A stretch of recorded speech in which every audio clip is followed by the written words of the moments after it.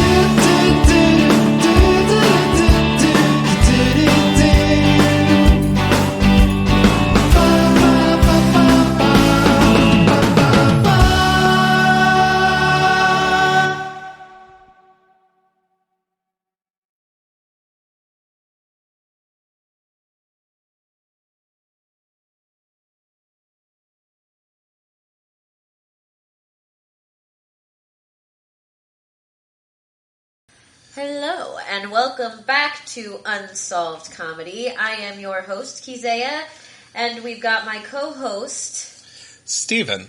And we've got somebody extra special. Hi, my name's Dara.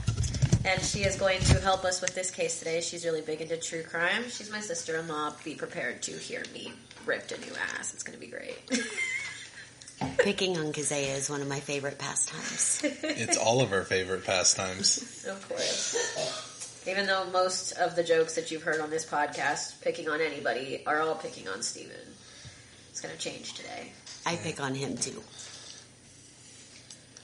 Alrighty. So, the case that we're covering today is the third episode of the Unsolved Mysteries reboot called House of Terror, which, first of all, we're going to do our normal. I don't feel like you gave the best inflection on that. It is House of Terror. That's so much better. Actually, it's La Maison de Terror. I'm not French. I'm America. So let's start out. We'll ask Dara first, since she's our special guest. What did you think of the coverage of the case on the actual episode itself? I mean, it was pretty decent. There was a lot of details that I feel like they could have delved into a lot more. And one of the things that kind of caught me off guard is the lack of suspects. Yeah, they literally only suggested that Xavier was the suspect. That's it. Yeah, they gave no other options. And as we delve a little more into it and get to kind of some of our own theories on it, I think that's going to become an important thing for me, is that they only give one option. Yeah, there's no, additional, hey, this is a little bit weird. This guy might have done something, which is something they gave us people that didn't even know the victims in the last case that we covered. So this is extremely different. Yeah. What did you think of the coverage of the case, Steven? I couldn't understand a word they said. And I understood it all without subtitles. I will say, I got all of my notes for this case from the actual episode, and I would not have gotten them if it wasn't for Dara, because she understands French completely, which was very good. It was like reading a book. Yes. Or listening to your annoying friend / cousin / sister-in-law translate a bunch of random French people. Yes. Correct. All right. So, let's delve into the case a little bit. This case has 5 victims. 5 victims. Plus 2 animal victims as well. Yeah. What the hell is up with that? Seriously. The dogs are important too, man. Dogs' lives matters. Bark, bark, bitches. I almost get more annoyed that they don't talk about the fact that the dogs died. Literally. You had no information, nothing in the timeline about when the animals were killed. The really weird thing about that, and it's not so much that, dogs' lives matter and all, but they had no blood on the scene, and killing 2 dogs without a struggle is really odd. Well, I assume that the dogs were killed outside. Did they mention if the dogs also had those sleeping pills? They never said whether... or did they not do an autopsy? They probably didn't do a tox report on the dogs, you know. Because I find that odd. I don't know. I find it strange that you can kill the number of people that were killed while the animals are still alive, especially when you're talking about, so they don't specifically say in the episode, but from what I was looking up, and what they show in the episode, the dogs are Rottweilers. Like, we're not talking about little small, Terriers, you know, or Jack yappy Russell dogs. Terriers. We're talking about big, muscular animals that are well known to be incredibly loyal and protective. to, you know, and protective of the people that they belong to. And they were shot. Yeah, and the dogs were shot.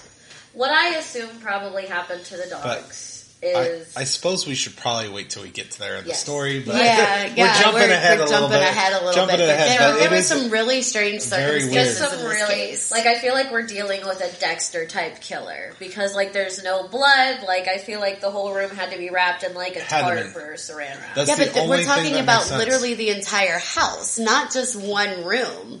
There's no DNA evidence at all. Not fingerprints, not a single drop of blood, not a single hair or fiber.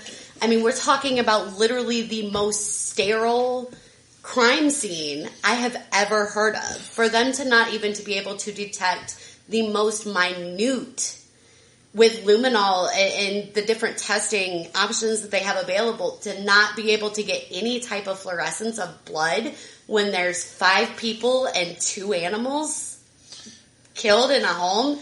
Yeah, Dexter's it. I mean, how much plastic wrap is there available in France? Because I feel like it was all in this one house. Well, I have some thoughts on that, which I will get into when we get to that part of the case. So let's talk about the people in this case. We have 2 counts.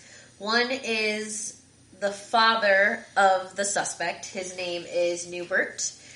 And then we have Hubert. And then we have Count Xavier, who is this primary suspect. And which I think is a great name. I just want to say that. It's that's just because it's your son's name. Do you want to pronounce that last name for me?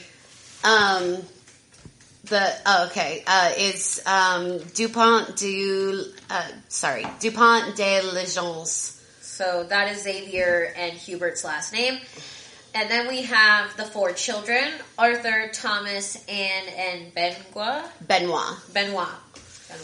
And the wife. Her name is Agnes. Those are the main people in this case. Yeah. Let's start out with Count Xavier. He is French nobility. And when all of this takes place, he's 50 years old. And we know that he's at least 4 years older than his wife, Agnes, because when they meet, she is 16/17 and he's 2021. We also know that Arthur is not his. Xavier breaks up with Agnes after they meet for about a year's length of time and comes back and she's pregnant with somebody else. She did son. some bounce. Yeah, and it was considered incredibly taboo amongst the French nobility even today for there to be an unwed mother, and even more unheard of for another member of French nobility to marry that woman and adopt their illegitimate child and give them a legitimate name. He's a very courageous douchebag. I don't like this guy. He's awful. So we've got Arthur, who's 20, who is the adopted stepson of Xavier. We've got Thomas, 18, who is his first biological son. Anne, 16, which we hear that she's the best student of all the children. That's she's also a model, so she's very pretty but incredibly intelligent. And then Benoit is 13. Let's see. So on the 11th, we notice that... 11th of April. The 11th of April in 2011. We notice that Yeah, the note on the mailbox says stop sending mail here, and then we notice that the shutters are closed where they are almost always otherwise open. It says, return to sender. Yeah. It does say return to sender. Yeah, they interview a neighbor who is actually not just a neighbor, but was kind of considered a family friend. She did a lot of tailoring work for the family and lived in the same building. And right away on April 11th, she notices something incredibly strange, which is that all of the shutters to the house are closed. And she said that, in the entire time that the family has lived there, they've never been closed. When the family travels, when everybody's home, and this is an incredibly loud and rambunctious house of a very loving family, those shutters are always open. And she notices for 3 days straight that in addition to this weird note on their mailbox, which was not left by actual post office men, this was left, we'll find out later, by the family. Yeah. Saying, to stop leaving mail there, and she immediately knows that something is wrong, and within just a couple of days of noticing it, reports it to the authorities. Yeah. She reports it to the authorities on the 13th, and the note is discovered on the 11th. So she reports it to the authorities on the 13th, and that's when we see Jean-Marc Bloch, and he is the chief of staff at Paris Police, and he says that that's when the first search of the house is done. From what I remember, there's nothing really weird. He assumes that people left willingly. Just blankets are missing, some clothes were missing. So and the pictures. The pictures don't go missing. Well, they don't notice that the pictures are missing until they come back later. But on that first search of the house, they don't notice anything really out of place other than some clothes missing from the closet and some duvet covers missing off the beds. Which was weird because he said that they had to call the locksmith to open the door, but at the same time they feel there was no reason for a formal investigation at that time.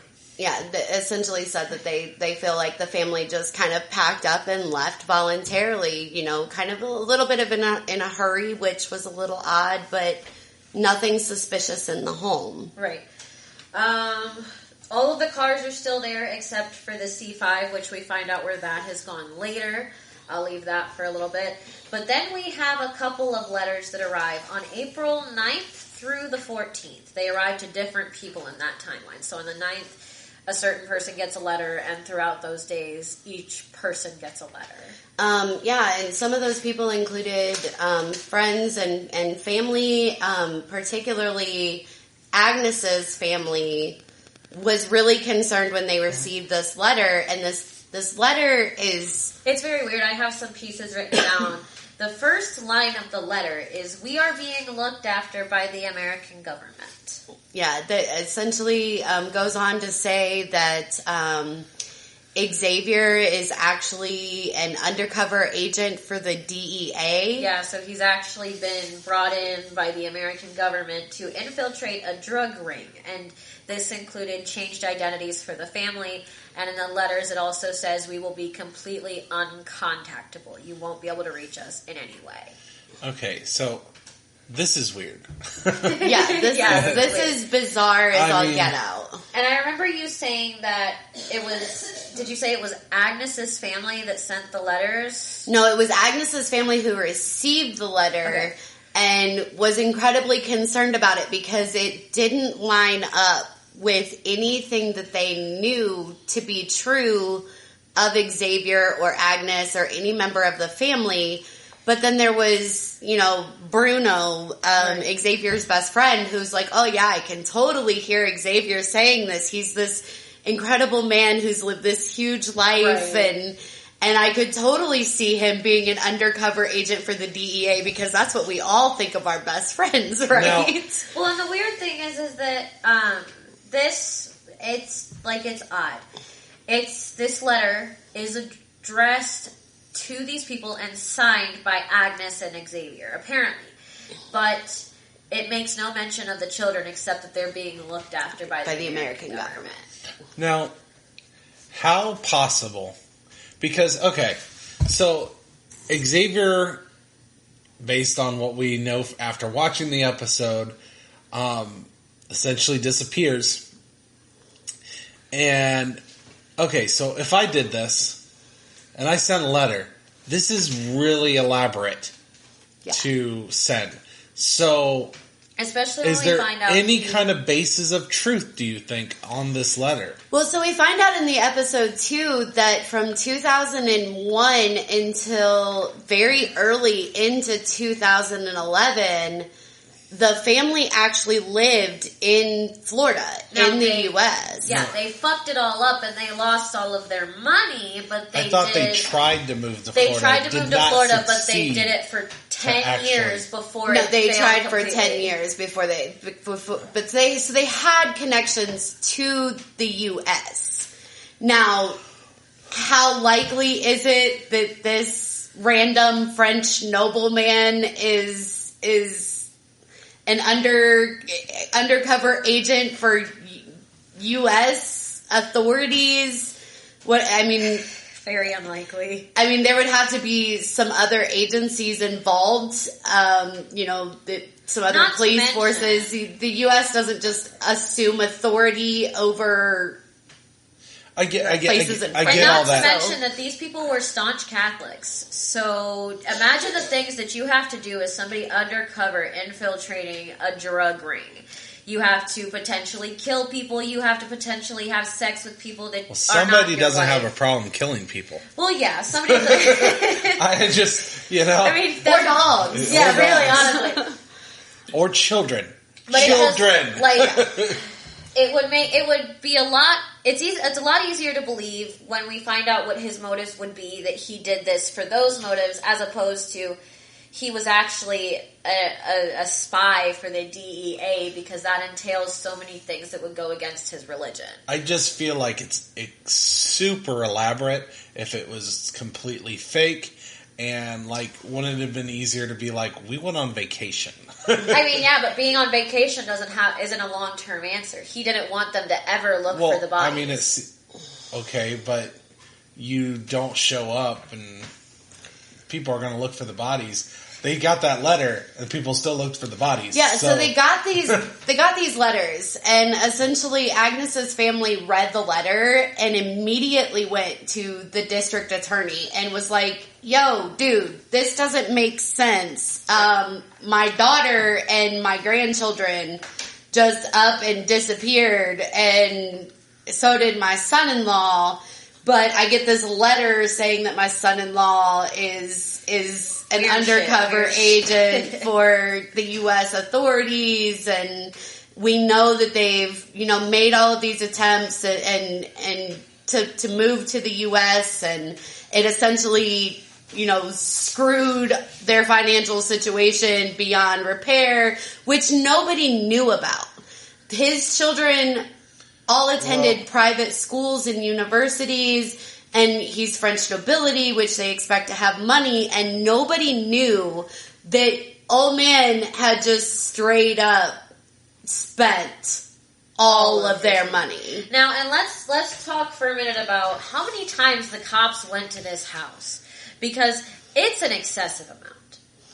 They didn't find anything. The cops searched the house 5 times in total before they searched the final time and found bodies. But they searched the house 5 times in a week. Exactly. They searched, the 13th was the first search, the 15th was the second, the 18th was the third, and then the 19th and 20th both had searches as well.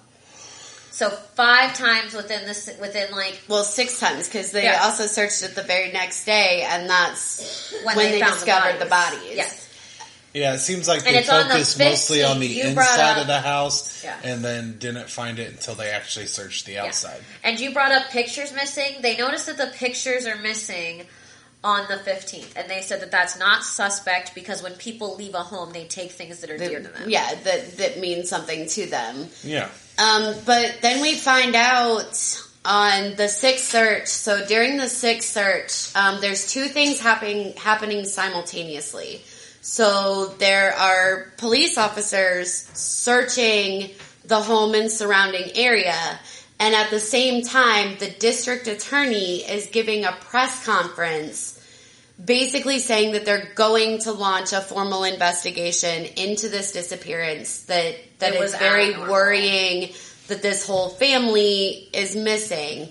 And in the middle of the press conference, so we're talking, he's literally speaking to the media. Yeah, and he stops the press conference dead in its tracks to take a phone call. And what we assume that phone call said is, hey, you need to stop this. We just found bodies. Because he says that they're going to delay the press conference after he gets off the phone. And they don't really come back to that either. No. Well, they kind of do. Bruno, Xavier's best friend, then talks about how, as the press conference is continuing, it actually goes to live coverage where they discover these graves buried under or dug underneath the terrace in the garden. But it was weird because when they found the graves, they found one large grave that had Agnes, Arthur, Anne, Benoit, and both dogs. And then in a separate grave, they found Thomas's body all by itself. Now, I think thoroughly proving that Xavier had a favorite. Xavier had a continuing bloodline. Yes. The one thing that I do want to address is how these bodies were found, because it was fucked up. It was weird. These bodies were found in large trash bags, and they were bound inside the trash bags. And then the trash bags themselves were bound with duct tape. Well, so the bodies themselves were actually wrapped in the blankets and sheets that were missing from inside the house. And then the blankets were bound, and then they were placed in large trash bags, and the trash bags were bound. But there's interesting little items found with each body. Each body has a religious icon, and from what I think you mentioned, this is supposed to imitate a religious burial. Right, so they're found with rosaries and religious candles and, things that are part of a Catholic burial ceremony that takes place at the cemetery when someone of the Catholic faith is buried. So the significance of these items is that the person who buried the bodies has this emotional bond where they want the bodies to be treated with reverence and essentially was trying to make the ground they were buried in consecrated, essentially giving them a truly religious burial in coincidence with their faith. The other thing that the police notice, very obvious, sorry, I have to state the obvious, Xavier's not there. Yeah. He's not anywhere.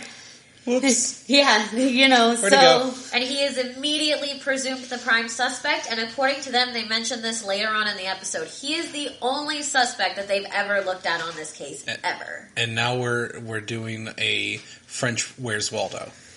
Yeah. Literally a French Where's Waldo, because this guy just disappeared. We'll find out later that he didn't actually just disappear, but it appeared at the beginning as though he had just vanished. But yeah, bizarrely enough, we figure out that he actually spent the next week. So we have to backtrack just a little bit. We have to backtrack to the third and fourth, which 3rd is of when April. the murder Well, we actually have to took backtrack place. a little bit before that because there's something that we've left out that is pretty crucial.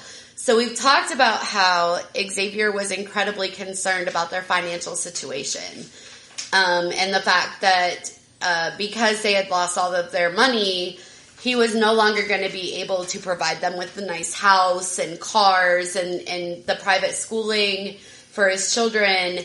But what we haven't talked about yet is that in January of 2011, his dad dies. And Xavier is responsible for going to clear out his father's apartment. He does it completely all by himself. That's something that Bruno made a big point of, is that he did it by himself. And so, did they mention how his father died? They said he was sick. He just said he had an illness, that it was a totally natural death. He had an illness, and he was lonely, and he was in poverty. They said that all of those things contributed to his death. Which was something else that was kind of not well known, was that his father had also lost all of his money. But there was apparently not known to Xavier either. Yeah, because Xavier assumed that there was some kind of monetary inheritance that his father left him, and that was going to save him, right? Yeah. But there's nothing. So this is what I'm asking. What are the possibilities it wasn't a natural death? I mean, they didn't really explore that at all. It's something that crossed my mind, but we have to remember financially.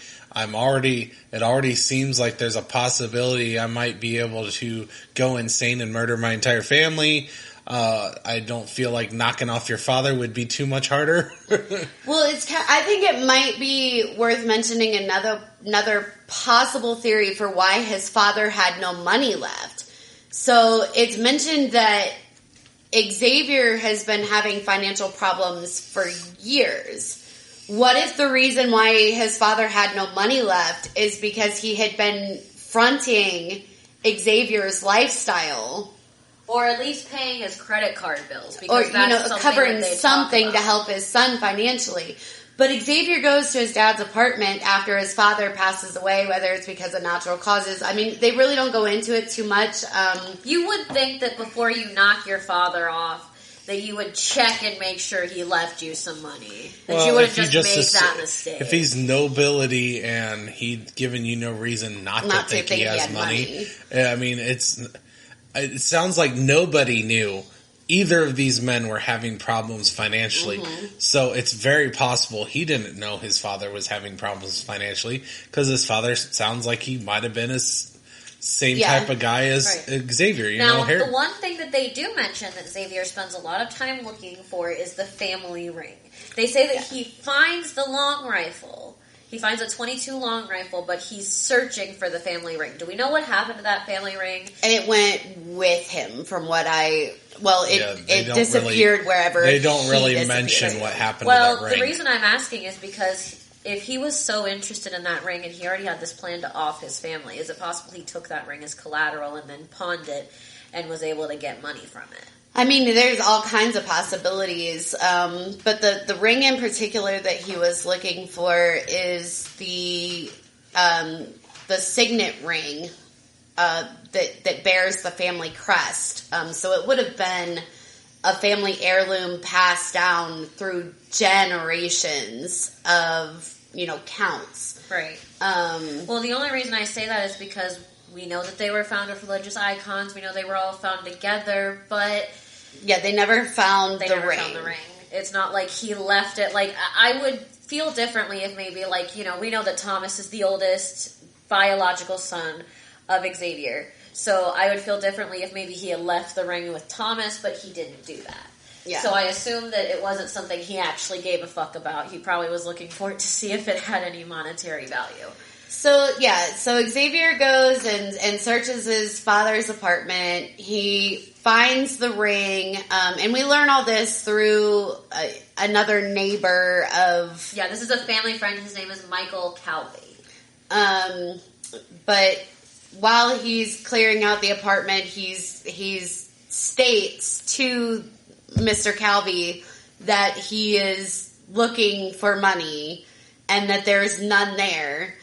But the only thing of importance that he inherited other than the ring is this .22 long rifle that belonged to his father.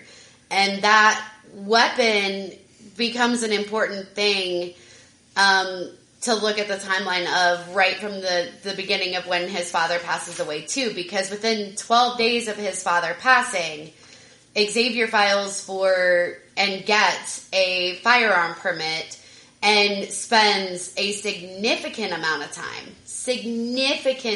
time learning that weapon. And then within less than a month before his family is found dead. He purchased a silencer. Yeah, the silencer that he purchases it on March 12th, and it says that he obtained the firearm license on February 2nd. Okay, so I have a question. Yes. Because I don't really know a lot about gun licenses, all that kind of stuff. Not really a gun owner myself. Well, I'm trying to figure out how he was allowed to keep it, because France has the same gun laws as England. And did he just get to keep it because he was nobility? Because they're not technically allowed to have them. I mean, I'm sure there's some particular weapons or circumstances in which those weapons are grandfathered in that law. I mean, if it's a family heirloom, I mean, because we don't really know any history of the gun itself other than it was obtained when his father passed away, and then he spent, I mean, it even says at one point that he took two of boys, his... Wait, so you're saying that France is very similar to England's laws. What are the laws that you're talking about? Civilians are not allowed to have guns. The cops don't even have guns in the UK. In the UK, if they need a gun, they have to wait for a specialized gun officer. The cops don't even have, like, our cops have readily available guns on their hips 24/7. They do not. If they're dealing with a situation where they need a firearm, they need to call a hotline. The hotline transfers them to the specific department that they need, and then a cop with a gun will be sent to them if they're not doing anything else. Okay, so how is he able to get a gun license if that's the case in France? Well, like I said, it might be because, I mean, I haven't researched it that deeply. I'm not that familiar with gun laws in France, but there's probably a clause that stipulates if it's a family heirloom type weapon. I get that with the family heirloom, he could be able to have the gun because it's passed down.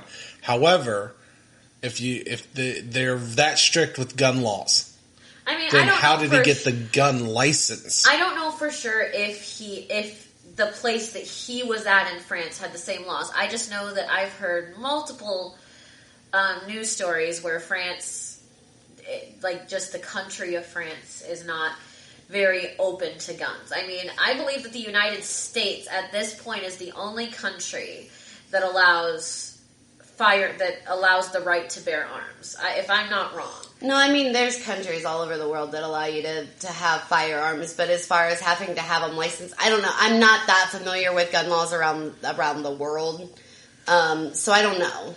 I can't speak to that specifically, whether it is something that a civilian is allowed to own. I don't know. I know that obviously we know based on that he did get a gun law. Got a gun license and was able to take it to a firing range and become familiar with it, and was able to purchase a silencer for it. Which if my you know curious the gun laws question in France, you can always tell us those gun laws on the Dragon Blazer production fan page, because we clearly don't know what we're talking about. So if you're from France, please if there's let us any know. French listeners. I know that a lot of the only reason I mention that is because a lot of our listeners are from outside of the United States, so they might have more knowledge than only we do. 52% of our listeners are from the United States, actually. Yes. So let's talk about the order of the deaths a little bit. Yeah, so it was I had one other question. Sure, go for it. That didn't have to do with the gun. Why would you buy a gun license if you let's say he did it and he killed it with this gun? Wouldn't you not want tied back with that license? Doesn't that kind of flag you? To be able to continue to why would you get a gun? This is why I'm asking this question. He probably needed the gun license to continue to go to the gun range and get familiar with the gun, or be able to have it in his home. He might have needed a gun license, like an official gun license. Yeah, I'm not entirely sure. I mean, someone who murders his entire family might not be the best person that listens to laws. Well, so that was one of the things that they'd actually somewhat addressed, is that, he has never been interested before been interested in weapons, but he's also never ever before had any legal trouble whatsoever. Yeah, that's what's weird about this case is because we're led to believe that this man killed his entire family and he's a criminal mastermind. But then you know, as they talk about it, so this was one of the things that really kind of irked me about this episode was the very beginning of it. You are so immersed into this man is not just French royalty, but he's a super involved parent. He is uber loving to his family. He gives them the best of the best, but it's not just about the material things that he gives to the people that he loves. He's said to be an incredibly involved parent. And not only that, but he's got an incredibly involved wife. In fact, his wife taught all of their children in Sunday school. Yeah, I mean, he's portrayed as this incredibly loving friend and family man who... But the thing is he didn't snap. Yeah, there was no... And that was one of the things that irked me, was it immediately went from this man who, you know, has had this incredible life and has all of these successful businesses and provides so much for his family and then just formulated this plan and carried out this plan. Very elaborate plan that caused no evidence whatsoever, no blood spots, no blood traces, no right. And anything. That's why we'll have to talk about theories here close to the end, because Dara's got a couple of good theories. I've got some ideas, and I'm sure you have some bad theories. So, well, to kind of finish up how this case goes, so the kids are the first murders take place on the evening of April 3rd or the morning of April 4th. They're not sure. It happened kind of in the middle of the night. It had to have been at night. Yeah. I mean, let's be honest. But they found sleeping pills in all four of the children's systems, but not in Agnes's. And authorities believe that Agnes was actually the first human victim. And they don't give any clues whatsoever as to when the dogs were killed in this timeline. Well, I feel like the dogs would have had to go first. They had to have gone first. I feel like they had to have given the dogs some kind of drugs to be able to kill both of them without anyone noticing. And my assumption is that they gave the children the person gave the children the sleeping pills to knock them out before he killed his wife, or the accused killed the wife. Well, so she might have been the first victim, but the reason that Agnes didn't have any sleeping pills in her system is because she didn't need them. She had a CPAP machine. She was already in bed. And they noticed that her CPAP machine stopped working at 3 a.m. the night of the murders. Well, also, if she's the first one he killed, and he already gave sleeping pills to the kids, others, you know, it might be as simple as the person took them. And my thoughts is he had to have, like, put down some kind of tarp or something on the ground to get some way to prevent. Literally, it had to be something crazy. Or my other thought is that what if the amount of sleeping pills in the system was a lethal amount? People bleed less if they're shot if they're already dead. Well, yeah, that's a theory too.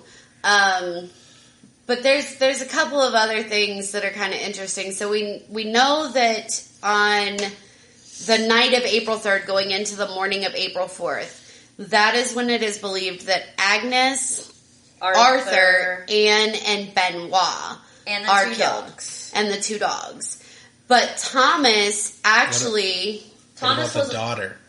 That's Anne. Anne. You said Anne. I'm sorry. Yeah. But he actually allowed Thomas to go back to school. Thomas goes back to school on Sunday the 3rd. Night. Yes. Yeah, he goes back the night of the murders, actually. And then, so the whole family had been together on Saturday the 2nd. On Sunday the 3rd, Thomas leaves and goes back to university. That's when they believe that all of the others were killed. And then on Tuesday, Xavier messages or calls Thomas and says, hey, you have to come back home. Your mom's been in a terrible bicycle accident. She's in a coma in the hospital. We don't know if she's going to make it. So Thomas books it back home from university. He messages a friend at midnight and the friend replies a short time later. And that message never gets answered. Yeah, and Thomas never replies. Police assume that that's when the sleeping pills would have been administered to Thomas. And then, which we keep calling him Thomas, but his name is actually pronounced Tomas. We're Americans. We're done. We're gonna. Sorry, sorry, France. That is when they believe that Thomas is then killed and buried in a separate grave from everybody else. But it's interesting to note. So we were talking about how earlier about how Thomas would have been the first actual biological son. Right. He would have belonging to Xavier, and if Xavier's plan was to kill the whole family, and there not be any extra circumstances or extra work. I'm sorry, but if I'm going to kill everybody, I'm going to do it all at once. I'm not sure why I have to stretch this out over 2 days.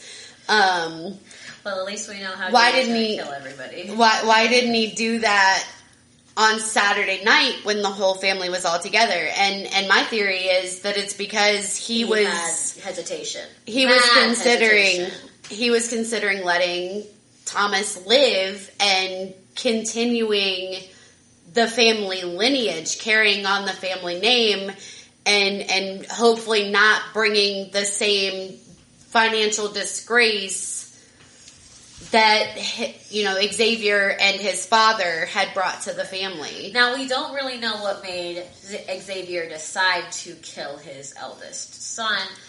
Or the rest of his family. Right, yeah. But we do know that he... Or the dogs. Or the dogs. Why kill the dogs? Well, because you don't want the dogs to get in the way. That's the obvious one, because...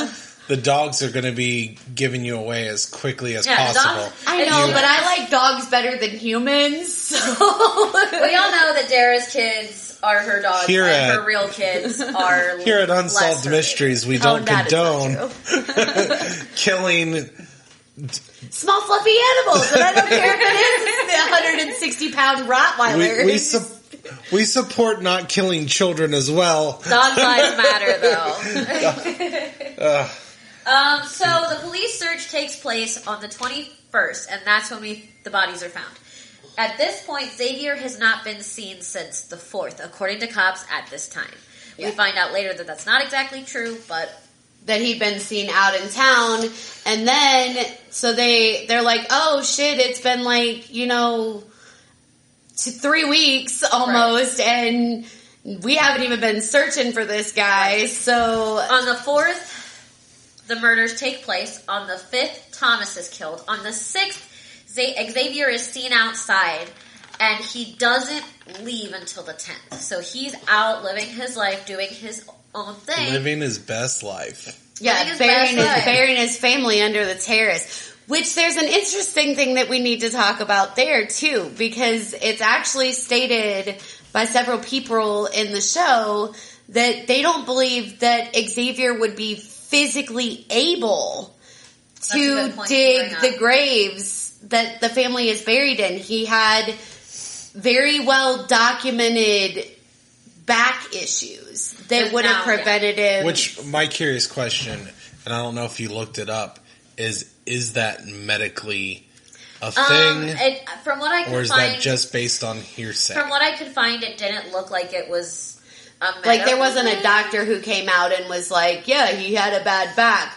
But it was something that was well known by his friends and family and other, people that he interacted with. In fact, Bruno commented on his back pain and said that they had the same back pain. And it's the lawyer. The lawyer decides to say, hey, we don't think he could have done this. Let me also address the fact that I didn't say this at the beginning, but almost all of this information is coming from Anne-Sophie Martin. She is a journalist that we assume covered the case at the time that it happened. Yeah. But almost all of this information comes from her. Okay, so let's say that Xavier did this. And let's say he's been planning this for a long time. I mean, it could be a long con. Well, I don't know that it was necessarily a long asking, con as much as he knew that he was running out of time before he was discovered. That's not what I meant. At this point, the reason that they say that they think he killed his kids is because at the point that he was at, they think that within a couple of months he would have lost the house, all of the cars, and his children would have been forced to go to private school. I know. What I'm saying is, let's say he's been planning this for even longer than we thought. So if it's just hearsay and, I have a bad back and you have no medical records to prove it, I mean, it could be and you knew you were going to, if you had this planned out and you knew you were going to bury them in a place where it would be physically impossible for someone like that to do it. I'm just... Well, there's this idea that physically impossible. So I have a bad back.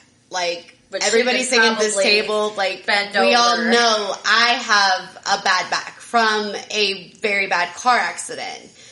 But that doesn't mean that when the adrenaline is pumping and, I mean... Fair. That you can't do incredible things. So I'm not saying that it's not physically possible for him to have done it. That is a long adrenaline to dig a hole for... Especially hunched over. I mean, we're talking about a space that is only, like, at most... With my health problems, I don't think I could do that. Yeah, we're talking about a space... so literally, the terrace they said it was probably about 6 inches tall, if that. Like, it wasn't very tall. It was like, I think between 12 and also, that's a long time to doing that by yourself without anybody noticing. Which is what brings me to my personal conspiracy theory. Wait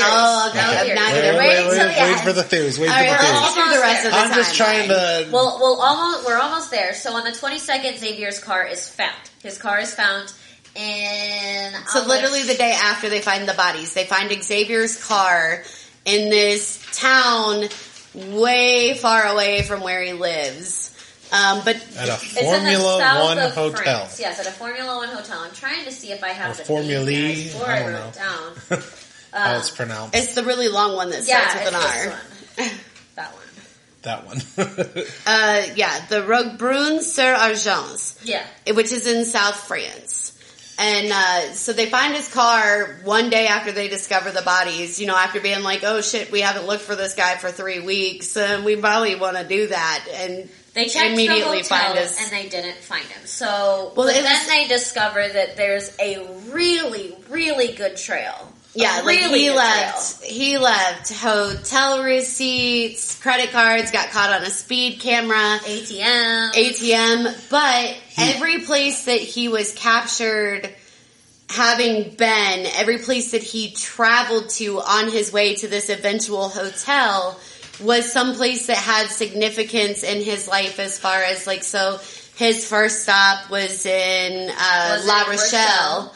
And that's where he started. He married Agnes, and then Toulouse, which is where a couple of his kids were born.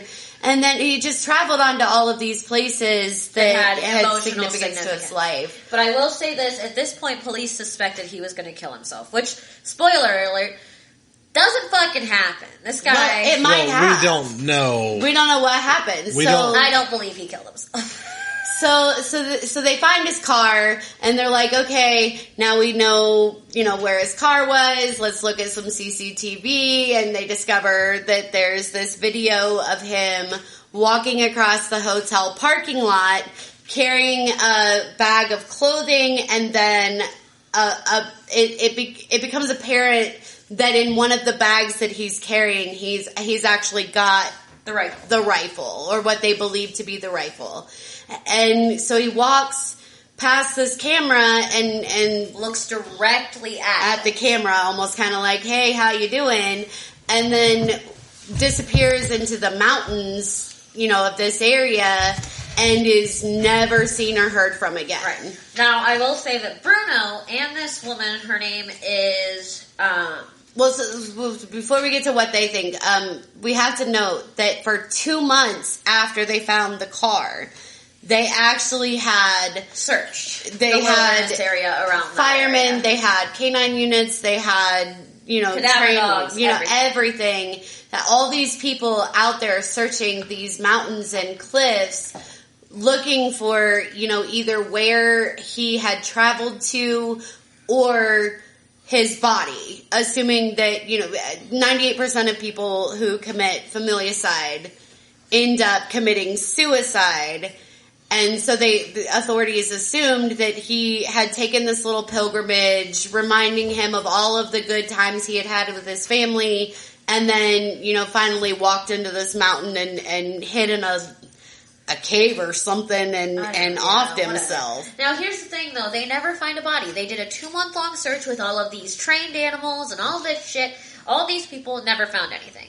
But what we do find out from Anne Sophie Martin, is that there's a U.S. port on the other side of that mountain. It's not like a U.S. owned port, but it's a port where lots of U.S. ships come into dock. So it's a trading port. About 30 kilometers away, which I don't really know how long that is because I'm America. To put it to you like this, 30 kilometers per hour is about 10 miles per hour. Yeah. But essentially 30 kilometers away, it is a seaport. Right. It leads you directly, out into the sea. And one of the things that numerous people end up commenting on is how easy it is to just buy a ticket on one of those cargo ships, and essentially be gone, whisked away. Right. And Anne Sophie Martin and Bruno, Xavier's best friend, both make mention of the fact that they don't believe he killed himself. They don't believe he killed himself, and that he is fluent in 3 separate languages. In French, obviously, but also in Spanish and in English. And both of them mention the likelihood of him catching a ride on a cargo ship and starting a new life in Central America or South specifically America. Argentina.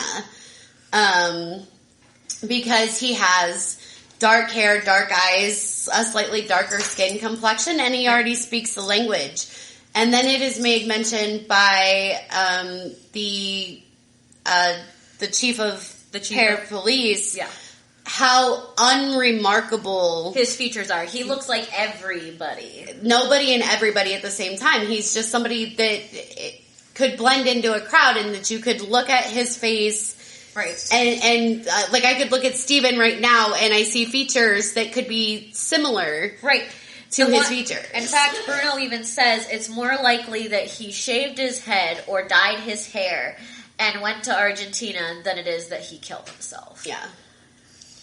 All right, so are we ready for the next segment? Yes, that will bring us to the end of the case coverage, and now we'll get into the most interesting part, which is the theories. Theories. Alrighty, so now we are into my personal favorite part. I'm really excited to hear Dara's theories, but she wants to go last. So I'm going to let Steven go first, because I think that his theory is going to match up with Dara's, so I'll let him go first, I'll go in the middle, and then we'll do Dara's last, because hers is probably the best thought out. Well, so obviously the most likely theory is that he did it himself. He killed his entire family. But for me, that seems a little too easy.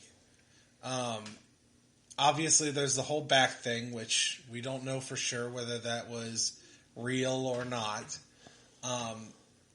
There's also the fact that he made it so easy to track up until he disappears, which I find very weird. So the best theory I can come up with that isn't he just did it and disappeared, possibly committed suicide, is somebody had something over him. Which I don't know what somebody could have over him that isn't simply, well, there's money, sure. I mean, you never know. This guy could have been, like, weird. It's not like his kids are here to tell us anything bad that he might have done. I mean, he could have been awful. It could have been. And he could have been, but, like, I believe that even if he did it, there's at least a second party involved. Oh, yeah. Oh, yeah. Definitely. He had assistance in some way. Or... I think he hired Dexter, and Dexter did the whole thing.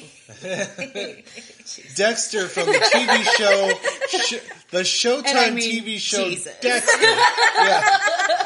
Staunch Catholic. Jesus did it. I just think it was his dark passenger just waking up. That's a Dexter reference for those who don't watch Dexter. But it almost seems like this seems almost too professional, almost like a French mafia or something was involved, or a very misunderstood U.S. government agency. Oh, Jesus who is very good at cleaning up crime scenes. Yeah, the crime scene, like, to believe that Xavier did this on his own is, to my knowledge, he doesn't have any previous, like, education. I mean, he probably has, obviously, a college level education, being French nobility. That's pretty commonplace. But as far as a forensics education I've never heard of another crime scene where there's literally absolutely no evidence at all. I mean, I've heard of cases where the evidence is very minuscule or has been degraded by cleaning agents, but they literally found nothing. Unless they weren't killed there. Yeah, but then, I mean, that's not even where... I mean, because here's my thing. And this is just, we'll go into my theory a little bit. So I don't get to finish mine. You're going to finish. Oh, yeah. You're going to finish. No, continue, Kezaya. Here's my thing. There was no gunshot holes in the beds. So they weren't killed in the beds. Point. It is a good point. And they weren't killed in the floors. But they found all of the bullets lodged in the bodies. So there wouldn't have been. How did he make that happen? Because if you shoot somebody point blank, gun to their head like this, that bullet's going through. Not a 22. 22s are very small in the gun world. Well, I don't know a lot about guns, so I'll take your word. Go ahead, Steven. You can finish. Okay, so, yeah, we have to... For him to have done it by himself, we have to believe he's a mastermind and knows to make sure... Which, I mean, it's possible. I guess I would be able to think of... I don't want blood splatter, so put something down, Put down a towel. But something that is an interesting thing to bring up is, the bullet holes, there not being any bullet holes in the mattresses is fairly easy to explain away with the fact that all of the bullets remain lodged in the skulls. What isn't explained by that is how do you keep blood from seeping into the mattresses, unless you've already laid the bodies on a tarp. That's what I'm saying is... But how do you get your kids to go to sleep on a tarp? I mean, you're going to have to lift each individual body onto the tarp after they go to sleep. If he didn't do it, who's to say that didn't happen? So my thought was that whoever did it, put a tarp down, put something down to clean it up, maybe put a pillow in there when he did the shot that might have made the blood soak into the pillow, and he got rid of the pillows. But I believe he did each one individually because, like he said, now the dogs are a little more of a confusion factor for me. I feel like that they would be harder, and maybe he put them to sleep too. I wonder if he laid the bodies on the garbage bags that they were then buried in. I said tarp, but yeah, that's essentially what I'm saying is he did them. But then you're still expecting one 50-year-old man with a supposedly bad back to be able to lift these grown individuals. Because Not to Arthur mention is carry them downstairs to bury them. But you're going to have to, they have to, okay, so. Arthur's 20 years old. That's a full-grown adult. That's a full-grown adult who's in very good physical condition. And you're lifting his full body weight. You're not going to do that one-handed. Yeah, so how did you lift the body and lay something underneath them with only having two hands? Well, I would assume he laid the tarp down. He drugged them, then laid the tarp down while his wife was sleeping, and did everything. But the kids were... Which I believe that somebody else did these things. But yes, I believe that the kids were not killed in their bed. I believe they were killed on a tarp or something to stop the blood. I believe that... I don't know if he did the shooting himself. And I do also believe that he knew this was coming. I believe he knew this was coming. And he was under some kind of coercion or something like that. And he thought he saved his oldest son. I believe that he sent his oldest son. He allowed him to go thinking, well, at least maybe I can save my oldest son and my lineage. So, and then whoever did this forced him. The DEA. The U.S. Drug Enforcement Agency.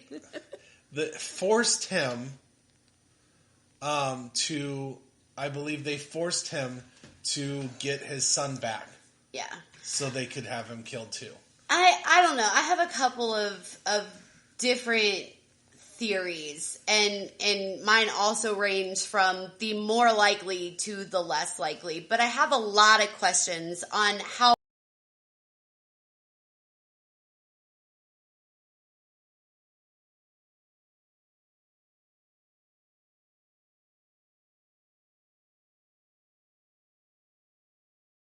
physically one person could accomplish all of this.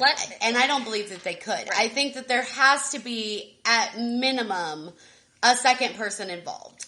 Right. Yeah, agreed. Steven's finished his. I'm going to go into mine. Ish, but we can continue. I don't think... Before you start, I have one question for Steven.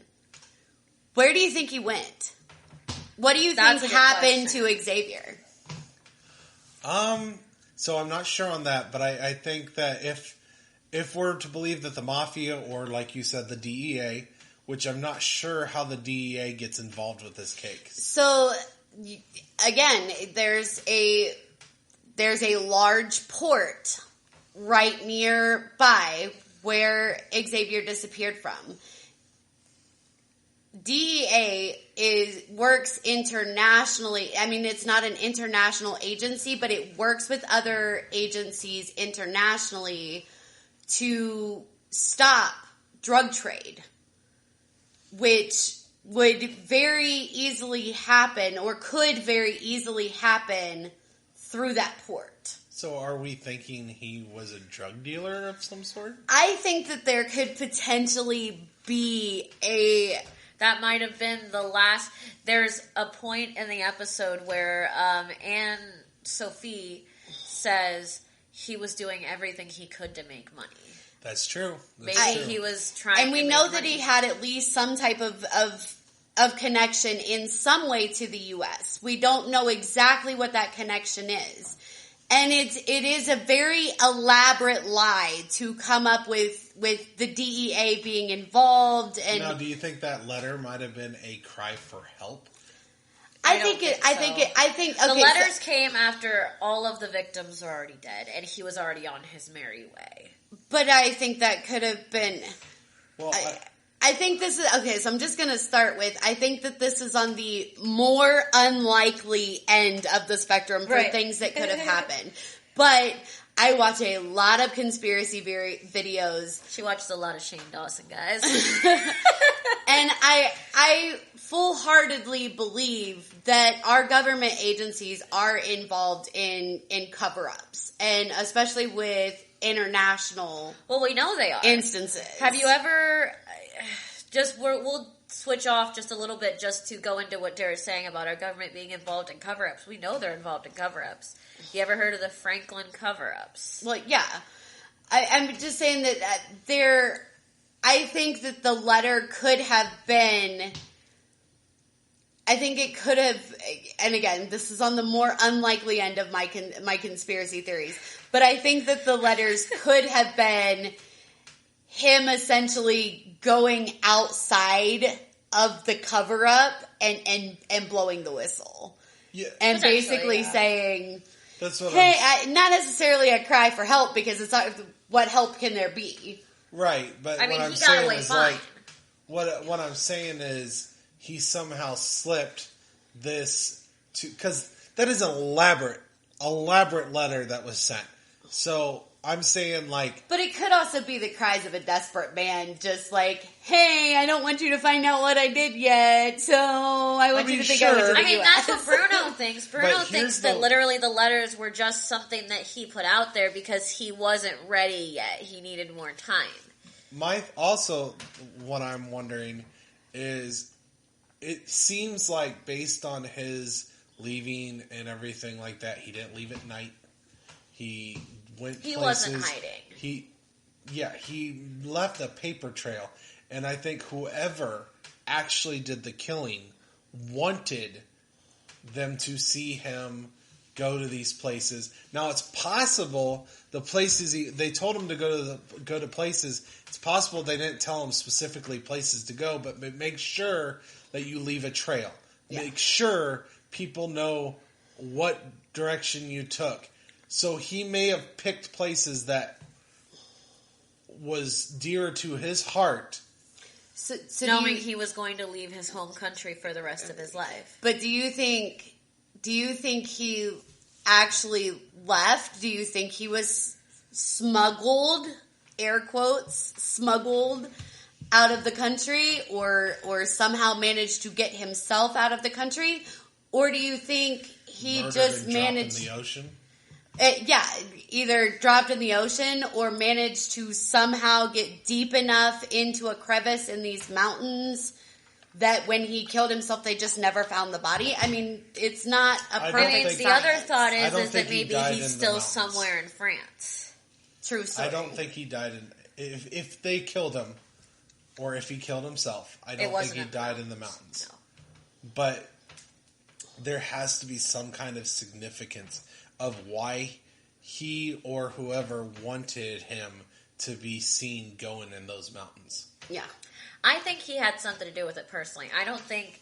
obviously he had something to do with it. I do not think, not for a fucking second, do I think that this guy's innocent.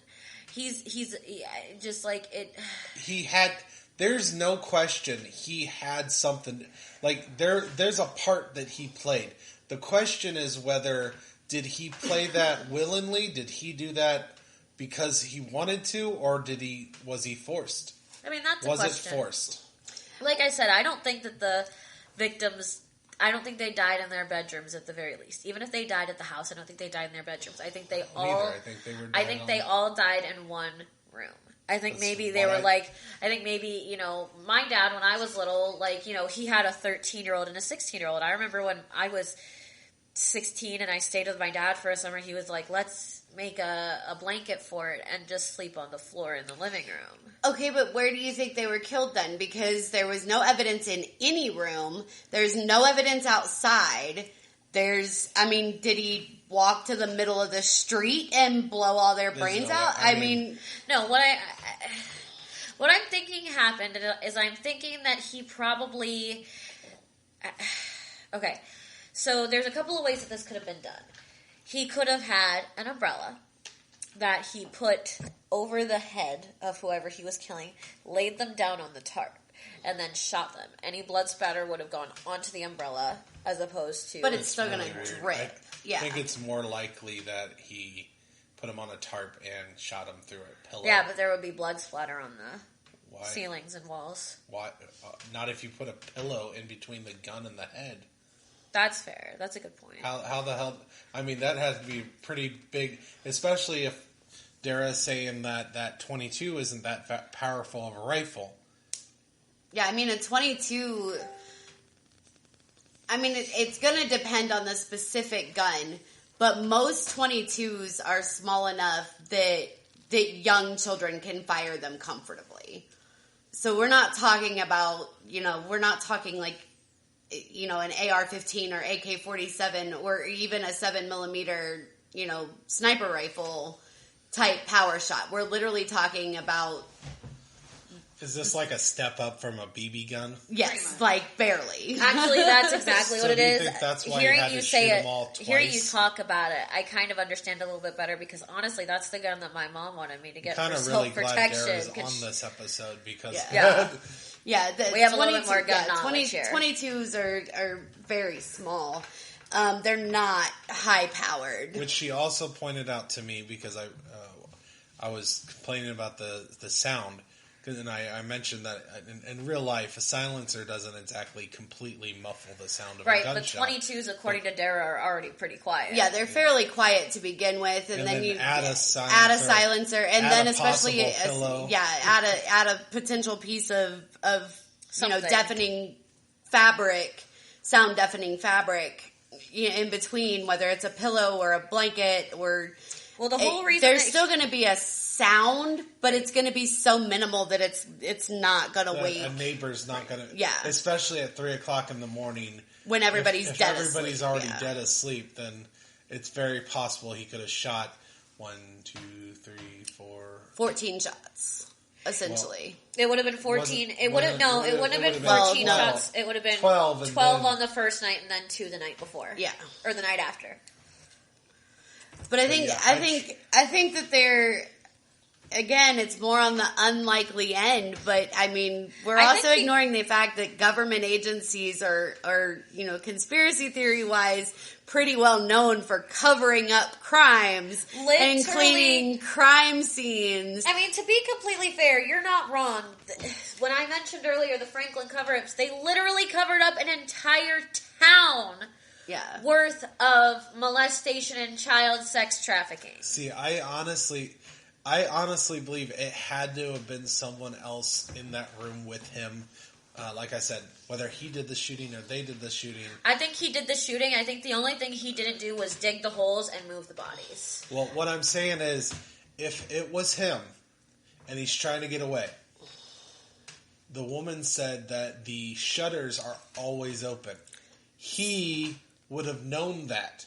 So he closed the shutters. So I think that he closed the shutters on purpose. Or somebody else closed the shutters. Right, that could have happened. I think that the shutters were closed and the note was placed up there to add to the theory, because he knew that if he took everything and just made it look like they had all moved in a hurry, it wouldn't be weird for the shutters to be closed, because if they had just moved in a hurry, what I'm saying is close the shutters. If he just straight up killed his family by himself with no assistance, whatever, and he wanted to get away. I think he did it on purpose. I think he purposely closed those shutters to make it look like the house was about to go up for sale or the house was about to go back up for rent. What I'm saying is, I think it's more likely that he either closed the shutters or somebody else closed it, because I feel like if he did it, he would have left the shutters open, because it wouldn't have been nearly as suspicious for his neighbors. He clearly didn't leave the house the day up. They say that he stayed in the house until he left town. But when he was gone, the shutters were closed. Yeah. And it would be way But that's more... why I think... Well, the shutters weren't closed until he left town.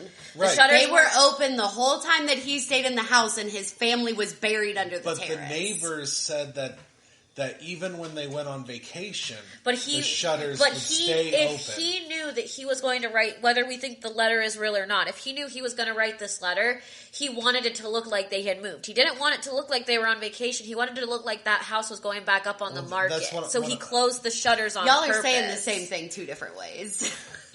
Essentially. So kind of gotten a lot of Steven's opinions, a lot of Kezaya's opinions. I want to hear your opinions. Okay, so like I said, my crazy unlikely theory is that somehow this guy is actually connected to, the DEA and Interpol, and they came in and wiped out his whole family and hid him away as some sort of agent someplace else. Crazy unlikely theory. Not what I really think happened. What I really think happened is that he has some sort of accomplice that he decided, I'm tired of living this life where I have no money. I'm about to lose everything as it is. So forget this life. I want to go start something else. And him and his accomplice go through with the murders of his family. I think he was originally planning to leave his eldest son alive to continue on the family name after he is gone, and then decided, that's a horrible idea, and went through with murdering him, and then took this pilgrimage to a place that he knew very well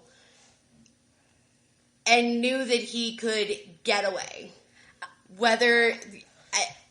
Honestly, I don't think that he committed suicide. You mentioned earlier that you thought maybe he had another family somewhere. Yeah, I think he might have had another. I think he had another life built and waiting for him to go to. This life had fallen apart, and he decided, I'm going to move on to something else. Well, another family would also go into my theory of like mafia or the government, because they killed his family. So how much leverage would someone have over him if he had another life, another wife, another lover, another child? Especially being in nobility, so that would be a big deal. It could be as simple as, we've already killed this family. If you want to keep that family, you need to go to these places. You need to leave yourself a trail. Yeah, I'm not going quite that extreme. I think it's more likely that he just decided. Well, not even that he went crazy. I think he had just gotten to a place where he was in such desperate financial straits, and there had no way of recovering it. And it's even said that he's an incredibly vain and proud man. Yeah, that's why Bruno thinks he didn't kill himself. He was like, I can't make anything right in this life. I'm going to be a disgrace to my family and my lineage and my legacy anyhow. So let me just do away with it and let me go somewhere and start fresh. And I think he already probably had a place and a person in mind to help him with Actually, when you say it like that, it almost sounds like the Chris Watts case that took place in Colorado last year. It's just, you just leave your family, damn it. You just well, leave that's the damn the same family. Thing. That's why I say it sounds a lot like the Chris Watts case, because Chris Watts killed his wife, his pregnant wife, and his 2 daughters, and his plan was to let them go missing and never be found, and then marry this Nicole Kissinger. Yeah. So it sounds a lot like that when she explains it that way. Yeah, I think the most likely, for me, that's the most likely thing to have happened, is that he had just decided, I can't make this life work anymore, and I've got something else, someplace else that's going to make me happier, and just decided to do away with it all. But the more fun theory is that he's somehow involved in a government agency, and they helped him come in and get rid of a mess and disappear. I guess I just don't know crazy people, so I have a hard time to believe that someone just offed his entire family, didn't kill himself, and gleefully left. Well, I mean, Chris Watts didn't kill himself either, and actually had no plans to. He hit it. I mean, because Kezaya and I watch true crime videos a lot. Yeah, we watch things constantly together. I'm not saying he didn't. It actually happens more often than you would think, that people would rather kill their family than leave it. It happens so often. Chris Watts, literally the only reason that Chris Watts killed his family was because, and he said it, he said, I never wanted to have kids. I never wanted to marry Shanann. It was her that wanted to get married. It was her that wanted children. I wanted to live a bachelor's. They were together for, I think close to 10 years. They had 2 babies together. They had a third on the way.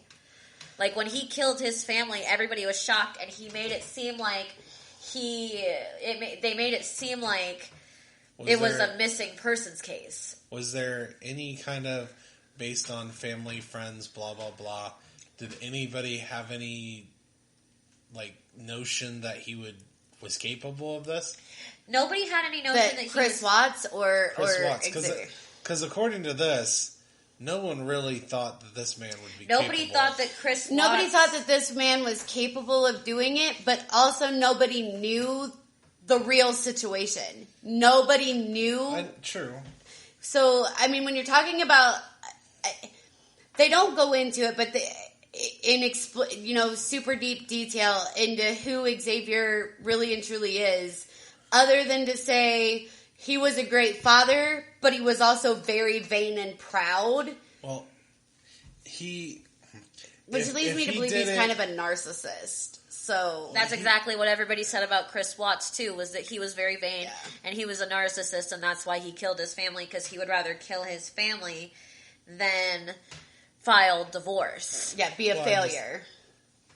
I just if he did it by himself willingly without being coerced, that the only way that makes sense to me is whoever helped him had to have had some kind of training or knowledge on doing this kind of thing. Yeah. Somehow they got incredibly beyond possibility lucky. That's way too lucky. That is way too... So where do you think he went, Miss Dara, since you don't think he killed himself? I think he probably ended up... somewhere probably in Central America. I think his friend is right in that. With his language skills and his looks, being able to fit into a country where the majority of people around you are dark-haired, dark-eyed, darker-skinned, makes sense. It's easier to disappear when you look like everybody else. Yeah, not only that, but he spoke fluent Spanish anyway. French is very similar to Spanish. Yeah. I think he's probably chilling somewhere in Central America. Do you think the person that helped him was anybody in that documentary? One of his friends? Neighbors? There's nobody in the episode that really sticks out to me as would have been the accomplice. Bruno would have maybe been the only one. Was that That was the best friend. That was the one who looked like ugly, a very ugly French Robert Downey Jr. Very ugly, fat French Robert Downey Jr. As Kezaya pointed at him out as. But even when he's talking at the end, comes across as genuinely disgusted that he even believed that the person that if someone helped him. No, I think it was somebody that was completely unknown to everybody else. I honestly think that it was somebody. It could have been somebody from this new life that he had. Yeah, that's just a theory, but yeah. I think it was somebody that was unknown to everybody else. I feel like mafia or the government was more like... I'm sorry. I know it's outlandish, but the way this... I think it's the more fun theory, and I think it would be the more fun theory to explore in depth, but we don't have any evidence to back it up. That's my evidence. Yeah. It is such a clean murder, and I think the one thing these people allowed him to do is to put the religious figures, the crosses, like, yes, they killed him, but, we buried him. Sure, whatever. You want to put that there? Because I do believe he cared about his family to an extent. I think he cared more about himself. And that's the thing. I won't take away from him that he was an incredibly involved father and that he did until he absolutely couldn't anymore, provide very well for his family. But it was found out that he had lied about his business success, that he had lied about his financial situation, and he had not just lied to the public, he had lied to literally every member of his family as well. It also goes to suggest that his failed businesses, is it possible that somebody gave him some kind of loan or something that caused this to... There's so many different possibilities, and that was one of the things... Like the mafia. I mean, that was one of the things that bothered me with this particular portrayal in this episode, is that they don't give us a whole lot of background information about what was his business, what was it that he supposedly did, how did he support his family for so long? You know, what was it? They just don't go into it. And it bothers me that he is portrayed as this incredibly loving person, and then literally the next breath, he killed his family. He's the only suspect in the murder. And the thing is I don't think there's any way possible for him to be the only suspect. I think he is definitely the number one person they need to talk to. Well, they just didn't find anyone else that would fit. But they didn't look that hard. They literally didn't look at any other possibility other than this man carried this out by himself. I don't believe that at all. No matter how this ended, whether it was him, whether he was forced, whatever, somebody else was involved. Yeah, agreed. Absolutely.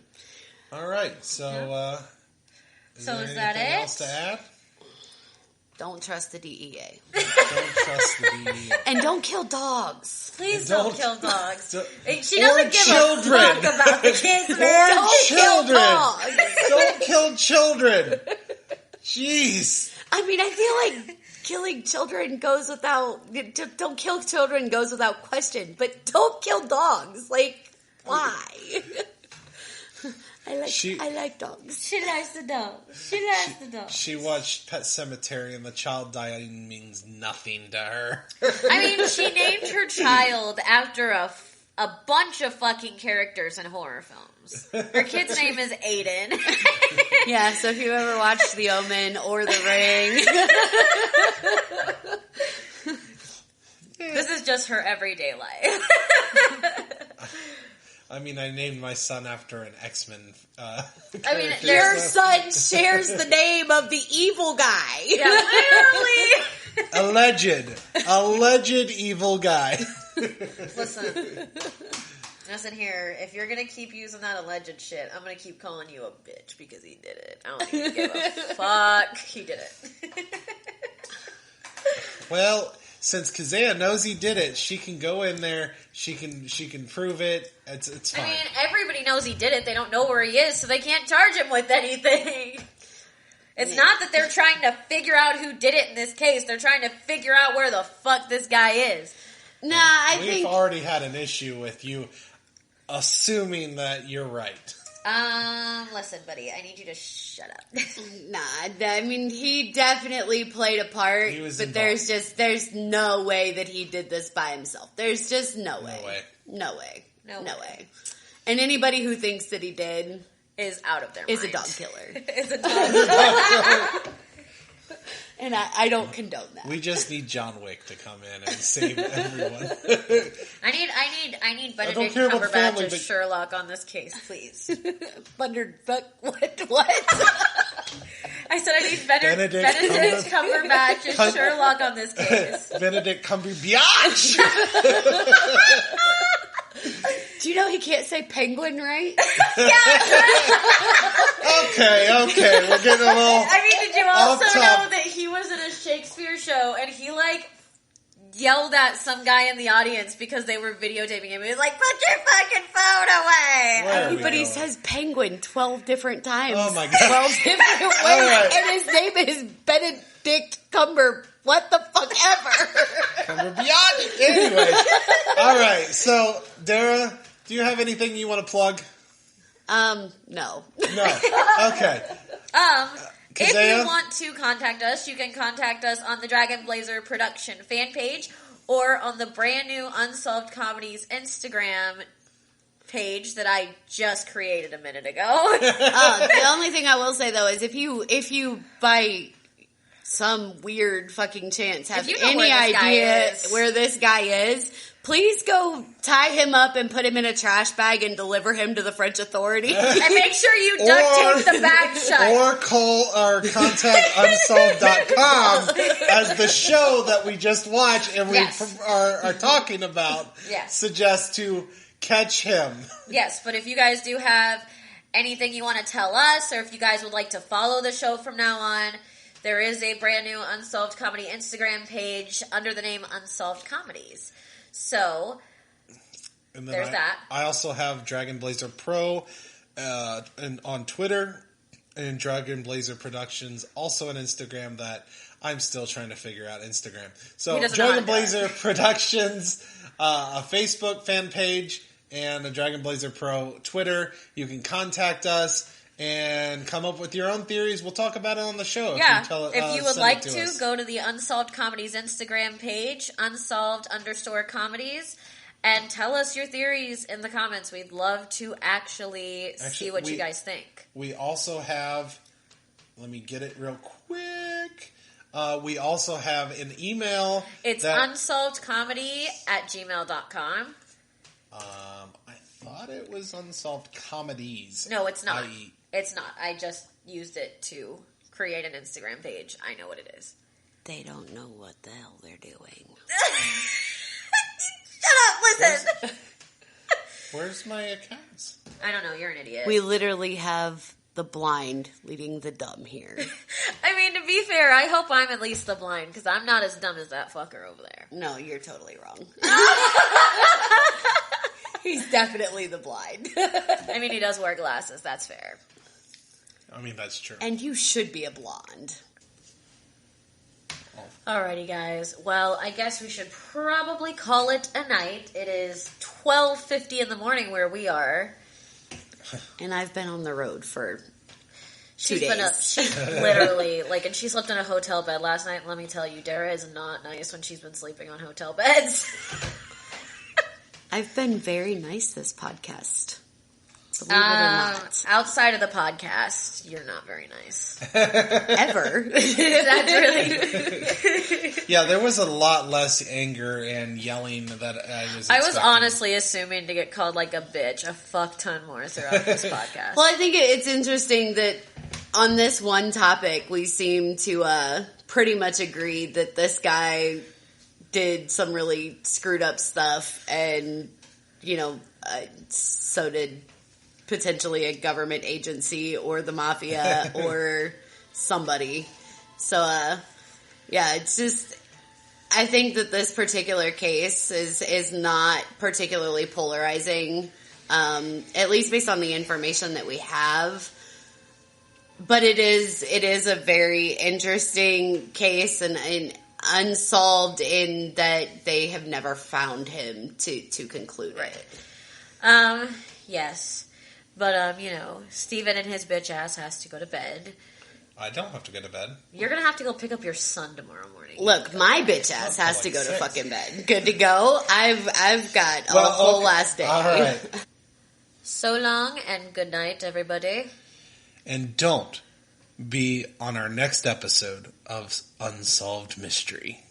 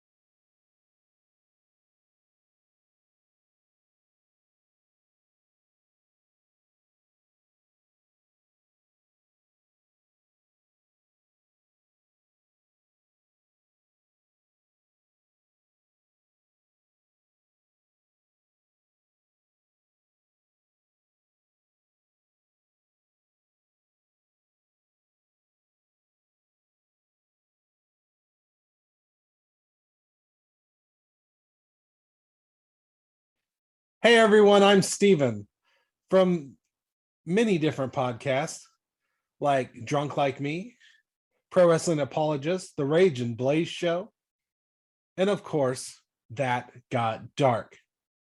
So, please like and subscribe